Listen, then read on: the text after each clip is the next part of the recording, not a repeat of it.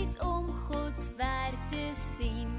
2 handjies om die Heer te dien, 2 oortjies om sy woord op te vang, 2 lippies wat hom loof met sang, 2 voetjies moet sy pad betree, net 1 hartjie om aan hom te gee, 2 oogies om Gods werk te sien,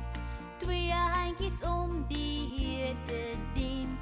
2 oortjies om sy woord op te vang, 2 lippies wat hom loof met sang, 2 voetjies moet sy